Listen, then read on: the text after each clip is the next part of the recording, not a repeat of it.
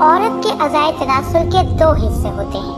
ایک حصہ تو وہ ہے جو ایک دراڑ کی شکل کا ہوتا ہے، جس کو انسان دیکھ سکتا ہے۔ یہ بلی کے منہ سے مشابہ ہوتا ہے۔ فرق صرف اتنا ہے کہ بلی کا منہ آڑا ہوتا ہے اور عورت کی شرمگاہ کی شکل کھڑی ہوتی ہے۔ عورت کے باہر کے حصے میں دو بڑے لب، دو چھوٹے لب، فرج کے لب، فرج کا دانہ، پیشاب کا سوراخ اور پردہ بکارت ہوتا ہے۔ ہر مکان کی دہلیز اونچی ہوتی ہے۔ اسی طرح مرد کی قضیب کے آشیانے کی دہلیز بھی قدرے اونچی ہوتی ہے۔ عورت کی ناف کے نیچے پیڑوں کی ہڈی کے سامنے قدرے اوپر دورانوں کے بیچ جو ابھرا ہوا حصہ ہے وہ مرد کے اعلیٰ تناسل کا مسکن ہے۔ اس لیے پیکر نسائیت کے پوشیدہ حصے کی پردہ داری کے لیے اس بلند مسکن پر بال اگتے ہیں۔ یہ مقام اس لیے بھی نسبتاً ابھرا ہوا معلوم ہوتا ہے کہ اس کے نیچے چربی ہوتی ہے۔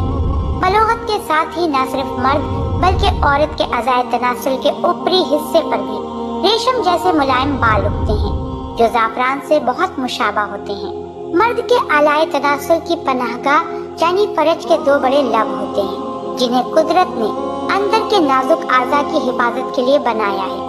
کنواری لڑکیوں کے یہ دو لب اکثر آپس میں ملے ہوئے ہوتے ہیں، لیکن شادی شدہ عورت میں یہ لب قدرے کشادہ اور کھلے ہوتے ہیں۔ یہ دو لب اندرونی اعضاء کے لیے گویا پھاٹک کا کام دیتے ہیں۔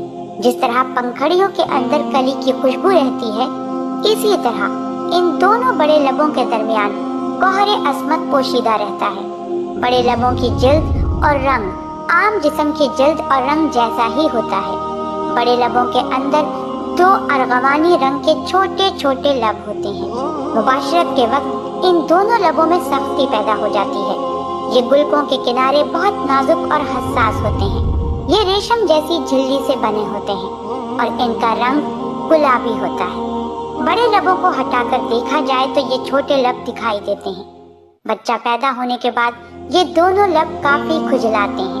ان دو گلابی قدرتی پنکھڑیوں کے بالائی حصے میں جہاں دونوں چھوٹے لب ملتے ہیں، پیشاب کے سوراخ سے 1 انچ اوپر کی طرف مٹر کے دانہ کے برابر بیضوی شکل کا ایک چھوٹا سا ابھرا ہوا عضو ہے، لیکن عام لفظوں میں دانہ کہتے ہیں، جس کا اصطلاحی نام تو بذر ہے۔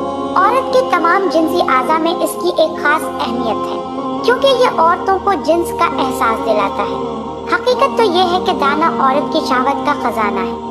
جنسی بیداری یا ہیجان کی حالت میں اسے چھونا گویا بجلی کا بٹن دبانے کے برابر ہے، کیونکہ اس کے چھونے سے عورت کے سارے بدن میں برقی روشنی دوڑ جاتی ہے۔ ماہر اجسام نے اسے مرد کے عضو تناسل ہی کا دوسرا روپ تسلیم کیا ہے، کیونکہ اس کی ساخت بھی مرد کے عضو تناسل کی طرح اسپنج کے مانند خلیوں سے ہوتی ہے، اور جنسی اشتعال کے وقت یہ مرد کے عضو تناسل کی طرح سخت ہو جاتا ہے اور پھیل کر بڑا ہو جاتا ہے۔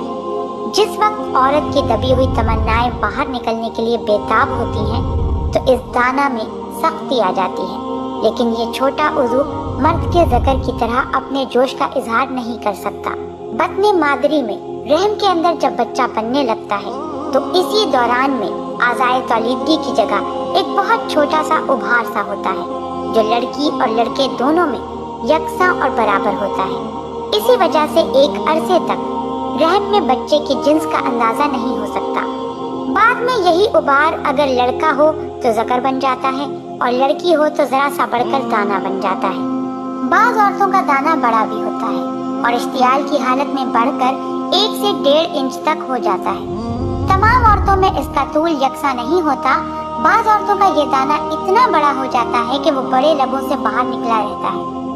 دانہ سے تقریباً 1 انچ نیچے کی طرف ایک باریک سوراخ ہوتا ہے جہاں سے عورت کا پیشاب خارج ہوتا ہے۔ پیشاب کے سوراخ سے کچھ نیچے ایک سوراخ نما نالی ہوتی ہے جسے فرج کہتے ہیں۔ یہ مرد کے ہتھیار کے لیے نیام کا کام دیتی ہے۔ فرج کے بھی 2 لب ہوتے ہیں جن کے اندرونی جانب گلابی رنگ کا ایک باریک جھلی کا پردہ ہوتا ہے جسے پردہ بکارت کہتے ہیں۔